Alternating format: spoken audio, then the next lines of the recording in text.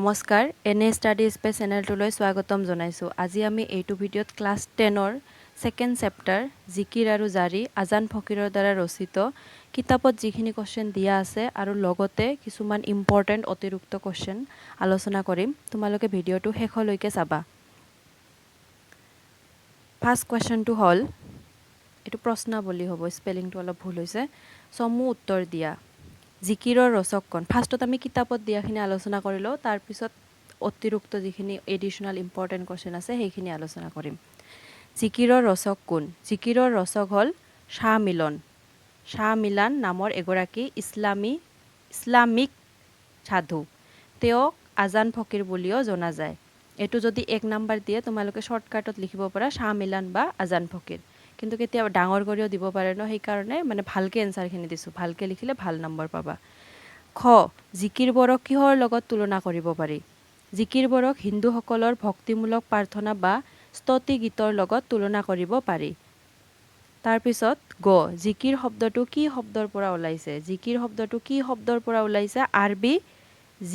আৰবী জিকৰ শব্দৰ পৰা ওলাইছে। এই শব্দৰ মূল অৰ্থ হ'ল ঘনে ঘনে উচ্চাৰণ কৰা, মানে বাৰে বাৰে উচ্চাৰণ কৰা। তাৰপিছত তলৰ শব্দবোৰৰ অৰ্থ লিখা। ৰচুল, মমিন, ৰহম, কুতুব এইবিলাকৰ অৰ্থ লিখিব দিছে। ৰচুল শব্দৰ অৰ্থ হ'ল দেৱদূত বা ঈশ্বৰৰ প্ৰেৰিত পুৰুষ, মানে ঈশ্বৰৰ দ্বাৰা প্ৰেৰণ কৰা, আল্লাহৰ দূত, আল্লাহৰ মানুহ। মমিন বিশ্বাসী মুছলমান। ৰহম মানে দয়া। কুতুব ধ্ৰুৱ নক্ষত্ৰ। তাৰপিছত বান্দা মানে ভৃত্য। নেক্সট কুৱেশ্যন আমাক সুধিছে যে মক্কাৰ দুৱাৰত চাহাব জীৱই মাৰে তালি, যেনে হালে শলৰ লগত দৰিকাৰ টপালি।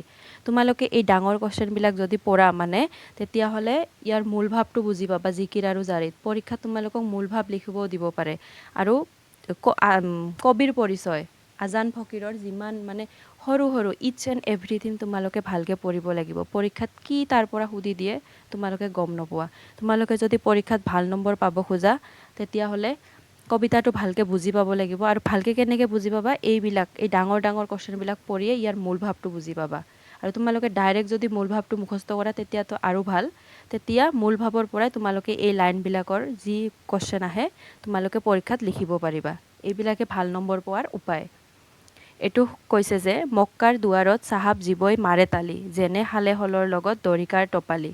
এইটো ইয়াৰ কবিতা ভাষী অন্তৰ্নিহিত ভাৱটি বিশ্লেষণ কৰা। মানে এই লাইন দুটাৰ মাজেৰে কি বুজাবলৈ চেষ্টা কৰিছে আমাক এইটো সুধিছে। উত্তৰ, আজান ফকীৰৰ দ্বাৰা ৰচিত উক্ত কবিতা ফাঁকিৰ জৰিয়তে মানৱ জীৱনৰ কথা ক'বলৈ বিচাৰিছে। মানে এইটো কথা কয় মানৱ জীৱনৰ মানুহে মানে কি কৰে, কি ভুল কৰে এইটো বুজাবলৈ চেষ্টা কৰিছে। মক্কা হ'ল এক পবিত্ৰ তীৰ্থস্থান। ইয়াত আল্লাহ অৰ্থাৎ ভগৱানৰ দৰ্শন লাভৰ বাবে বহুতেই মক্কালৈ গৈ জিকিৰ গায়, মানে হজ কৰিবলৈ যায় যে এইটো। কিন্তু ইয়াৰ মাজেৰে জীৱই আল্লাহৰ কোনো সন্ধান নাপায়। কিন্তু এইটো কৰি মানে জীৱনত বেয়া কাম কৰি অনলি মক্কাত গৈ হজ কৰিলে একো লাভ নহয়, এইটো ক'ব বিচাৰিছে। ইয়াৰ মাজেৰে জীৱই আল্লাহৰ কোনো সন্ধান নাপায়, কিয়নো জীৱনকালত এইটো আছে যি এবাৰো আল্লাহে নিৰ্দেশ কৰা পথত খোজ দিয়া নাই, তেওঁক আল্লাহ কাহানি বাই পৰিত্যাগ কৰিছে। যিবিলাক মানুহে আল্লাহৰ পথত মানে খোজ নিদিয়ে তেওঁলোকক আল্লাহে ভাল নাপায় বা পৰিত্যাগ কৰিছে। মানুহৰ ভুল ধাৰণাৰ বশৱৰ্তী হৈ মানৱ জীৱনত এটাৰ পাছত এটা পাপ কৰি শেষত মক্কালৈ যায় তাত পৰম মুক্তি লাভৰ বাবে। কিন্তু অসৎ কৰ্মত লিপ্ত হোৱাজনে মুখেৰে আল্লাহৰ নাম ল'লেই কেতিয়াও মুক্তি নাপায়। আচলতে বিশ্বাসী মুছলমানজনৰ অন্তৰত আল্লাহ লুকাই থাকে, তাক মাত্ৰ স্মৰণ কৰিলেই হয়। আমি শাল শল মাছৰ নিচিনাকৈ বিচাৰি ফুৰিব নালাগে। আমি মনতে মানে ভাবিব লাগে যে আল্লাহ মোৰ লগত আছে, আমি পাপ কাম কৰিব নালাগে। এইখিনিয়ে কৈছে, মানে সাধাৰণ কথা এইবিলাক তোমালোকে ভালকৈ পঢ়িলে বুজি পাবা। তাৰপিছত কি কৈছে? ব্যাখ্যা কৰা। ফাৰ্ষ্ট ব্যাখ্যাটো হ'ল পানী মৰে পিয়াহত, অগ্নি মৰে জাৰত, খোদা ৰচুল লুকাই থাকে মমিনৰ আঁৰত। এইটো ব্যাখ্যাত ফাৰ্ষ্ট কেনেকৈ লিখিব লাগে তোমালোকে গম পোৱাই চাগে, যে ফাৰ্ষ্ট লিখিব লাগে উক্ত কথা ফাঁকি আমাৰ পাঠ্যপুথিৰ অন্তৰ্গত আজান ফকীৰৰ দ্বাৰা ৰচিত জিকিৰ নামৰ পাঠটিৰ পৰা তুলি দিয়া হৈছে। সেইকাৰণে তোমালোকে এটা কবিতা পঢ়িলে কবিৰ নামটো মনত ৰাখিবই লাগিব আৰু লাইনবিলাকো ভালকৈ পঢ়িব লাগে, যাতে তুলি দিলে তোমালোকে ডাইৰেক্ট ক'ব পাৰা যে এইটো এই কবিতাৰ পৰা দিছে, তেতিয়াহ'লে সেই লাইনটো লিখিব পাৰিবা। তাৰপিছত সংগতিটো লিখিব লাগে, মানে কি কাৰণত কৈছে। এই পথফাকিৰ জৰিয়তে আল্লাহ অৰ্থাৎ ভগৱানৰ সান্নিধ্যৰ পথ কিদৰে লাভ কৰিব পাৰি তাকেই ক'বলৈ বিচাৰিছে। পানী পিয়াহত মৰা আৰু অগ্নি জাৰত মৰা, এইটো পানীৰ নহ'ব, পানী হ'ব। পানী পিয়াহত মৰা আৰু অগ্নি জাৰত মৰা দুয়োটা কথাই অসম্ভৱ। পানীয়ে কেতিয়াও পিয়াহত মৰিব পাৰে নেকি, আৰু অগ্নি কেতিয়াও জাৰত মৰিব পাৰে নেকি, এইটোৱে কৈছে। তাৰপিছত অৰ্থাৎ পানীৰ ভিতৰতে নিজৰ পিয়াহ গুচোৱা শক্তি আছে, ঠিক তেনেদৰে জুইৰ উত্তাপ শক্তিও নিজৰ ভিতৰতে লুকাই আছে, কিন্তু পানী আৰু জুয়ে নিজৰ শক্তিৰ কথা নাজানে। ঠিক তেনেদৰে পানীৰ পিয়াহত অধীৰজনে পানীক পানী বুলি চিনি নাপালে বা জাৰত কঁপি থকা মানুহ এজনে জুইৰ অস্তিত্বৰ কথা নাজানিলে তাক বিচাৰি ফুৰিলেও বিচাৰি পোৱা নাযায়। যদি আমি নাজানো যে জুইৰ ওচৰত গ'লে গৰম লাগিব বা পানী খালে পিয়াহ কমিব, তেতিয়াহ'লে আমি পৃথিৱীত কিবা নহয় কিবা বিচাৰিয়ে থাকিম, কিন্তু এই বস্তুটো বিচাৰি নাপাম। আল্লাহ বা ভগৱান আমাৰ হৃদয়ত থাকে, কিন্তু আমি তেওঁক চিনি নাপালে বা তেওঁৰ অপাৰ মহিমাৰ কথা নাজানিলে এই ব্ৰহ্মাণ্ড বিচাৰি শেষ কৰিলেও বিচাৰি নাপাওঁ। সেইকাৰণে আমি মানে ভাবিব লাগে আল্লাহ বা ভগৱান আমাৰ ভিতৰতে আছে। আমি বেয়া কাম কৰি বা কি কৰি আমি মক্কা গৈ বা ত্ৰিবেণী সংগমত গৈ এইবিলাক মানে মুক্তি লাভ কৰাৰ কথা ভাবিব নালাগে। সেইকাৰণে সৎ কৰ্মত বিশ্বাসী প্ৰকৃত মুছলমানৰ কৰ্তব্য পালনত দৃঢ় সংকল্প লৈ কোনো কামত লাগিলে অন্তৰতে আল্লাহ নিবাস কৰে। প্ৰকৃত মুছলমানৰ অন্তৰত আল্লাহ বিৰাজমান, ই পৰম সত্য। যদি ভাল মানুহ হোৱা, আল্লাহ তোমাৰ নিজৰ ভিতৰতেই থাকিব। পিছৰ ব্যাখ্যাটো হ'ল, মক্কাৰ দুৱাৰত চাহাব ত্ৰিবেণীৰ ঘাট, বেহাব নোৱাৰে তাত মায়াই ভেটে বাট। এইটো তোমালোকে বুজি নোপোৱাৰ কাৰণে মই প্ৰসংগ সংগতি ব্যাখ্যা এইটো লিখি দিছোঁ। এইখিনি নিলিখিলেও হ'ব, ডাইৰেক্ট এই লাইনখিনি লিখিলে হ'ব। এইখিনি ছেইম উক্ত কথাফাকি আমাৰ পাঠ্যপুথি আজান ফকীৰৰ দ্বাৰা ৰচিত জিকিৰ নামৰ পাঠটিৰ পৰা তুলি দিয়া হৈছে। কি কাৰণত কৈছে? এই পথফাকিৰ জৰিয়তে কবিয়ে মায়াত আবদ্ধ হৈ জীৱন পাৰ কৰি মানুহে কিদৰে জীৱনৰ অন্তিম দিনত ভগৱানক বিচাৰি গৈ হাবাথুৰি খাইছিল তাৰ কথাই কৈছে। আগতে মানুহ চিন্তা নকৰে, কিন্তু যেতিয়া মৰিব লগা হয় তেতিয়া ভগৱান বা আল্লাহক বিচাৰি হাবাথুৰি খায়, এইটোৱে কৈছে। ব্যাখ্যা, ইয়াত মক্কাক পবিত্ৰ ত্ৰিবেণীৰ ঘাট বুলি কোৱা হৈছে, মানে কম্পেয়াৰ কৰিছে। ত্ৰিবেণীৰ ঘাট কোনটো? ত্ৰিবেণী হৈছে হিন্দুসকলৰ পবিত্ৰ তীৰ্থস্থান। হিন্দুসকলে পবিত্ৰ বুলি মানি অহা যমুনা, গংগা আৰু সৰস্বতী নদীয়ে বাৰাণসীৰ যি ঠাইত মিলিত হৈছিল তাকেই ত্ৰিবেণী ঘাট বোলে। পৰীক্ষাত দিব পাৰে ত্ৰিবেণী ঘাট বুলিলে কি বুজা। এইবিলাকৰ পৰাইতো তোমালোকৰ কোৱেশ্চন আহে, ভালকৈ পঢ়িলে তোমালোকে কিয় লেটাৰ নোপোৱা। প্ৰতিগৰাকী হিন্দুৱে যদি সেই ত্ৰিবেণীলৈ গৈ তিনিও সংগমস্থল স্নান কৰিব পাৰে, সংগমস্থলত এইটো দিবা, স্নান কৰিব পাৰে, তেন্তে সকলো পাপৰ খণ্ডন হয় বুলি বিশ্বাস কৰে। সেইবাবে পবিত্ৰ মক্কাক ত্ৰিবেণীৰ লগত তুলনা কৰা হৈছে। মক্কা হ'ল মুছলমানসকলৰ বাবে এখন পবিত্ৰ তীৰ্থস্থান। মক্কালৈ গ'লে হেনো সকলো পাপৰ পৰা মুক্তি লাভ হয় আৰু জীৱন মুক্তি লাভ কৰে, এইটো বিশ্বাস কৰে মুছলমানসকলে।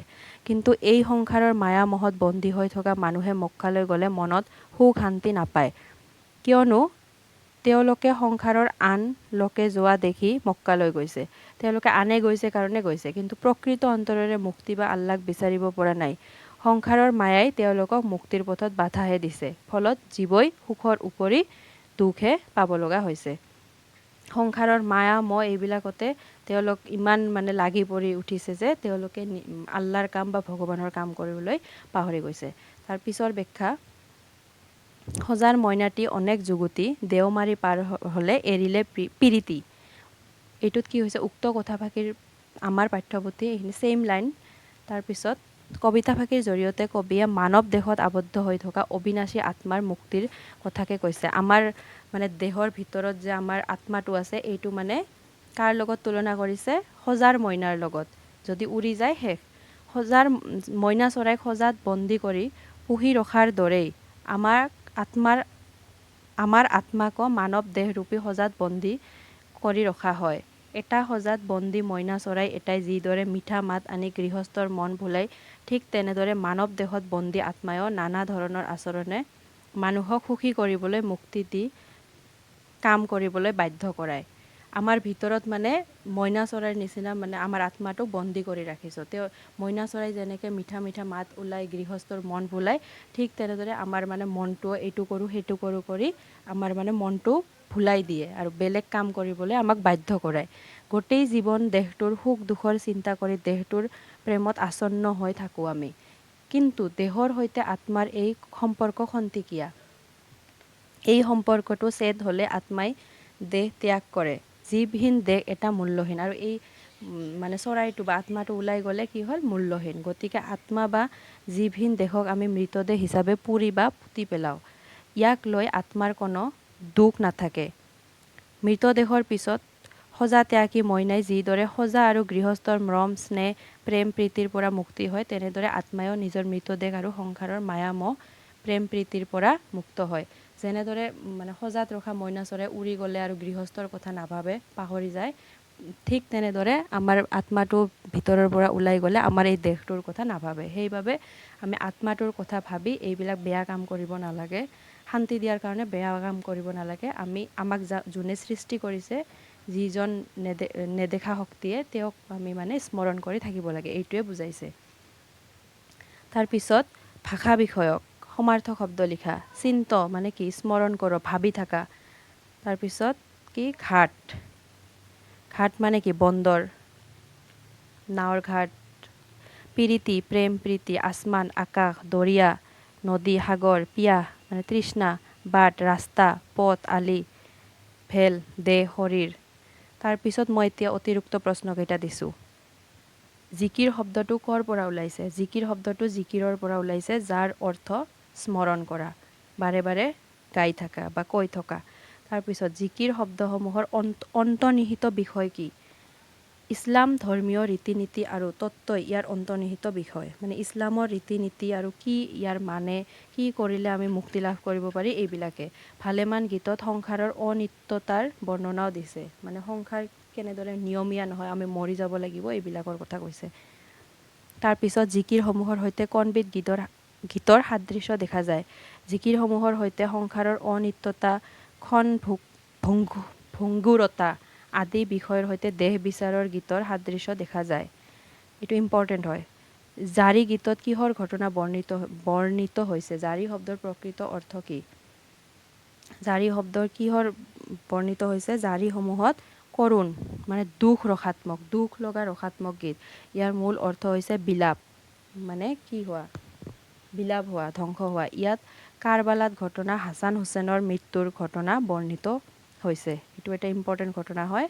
তাৰপিছত জিকিৰসমূহৰ ৰচনাকাল কিমান বুলি ধৰা হৈছে? জিকিৰসমূহ সপ্তদশ শতিকাৰ শেষ আৰু অষ্টাদশ শতিকাৰ আদি ভাগত ৰচিত বুলি অনুমান কৰা হৈছে। এইটো ইম্পৰ্টেণ্ট হয়, চবকেইটা ইম্পৰ্টেণ্ট হয়। জিকিৰসমূহৰ যোগেদি কেনেধৰণৰ শব্দ অসমীয়া ভাষাত প্ৰৱেশ কৰে? জিকিৰসমূহৰ অসমীয়া ভালেমান আৰবী আৰু ফাৰ্চীমূলীয় শব্দৰ প্ৰৱেশ ঘটে। কোনে আজান ফকীৰৰ চকু কাঢ়িছিল? ৰূপাই দাধৰাই এজন নামৰ ব্যক্তি এজনে। তাৰপিছত কি আছিল? আজান ফকীৰক ক'ত সংস্থাপিত কৰা হৈছিল? সৰাগুৰি চাপৰিত। এইখিনিয়ে আজিৰ কুৱেশ্যন আছিল। তোমালোকে প্লিজ চেনেলটো ছাবস্ক্ৰাইব কৰিবা, আৰু মই ইম্পৰ্টেণ্ট কুৱেশ্যন আৰু চেপ্টাৰ আনি থাকিম। তোমালোকে মেট্ৰিক পৰীক্ষাৰ কাৰণে বহুত হেল্প হ'ব।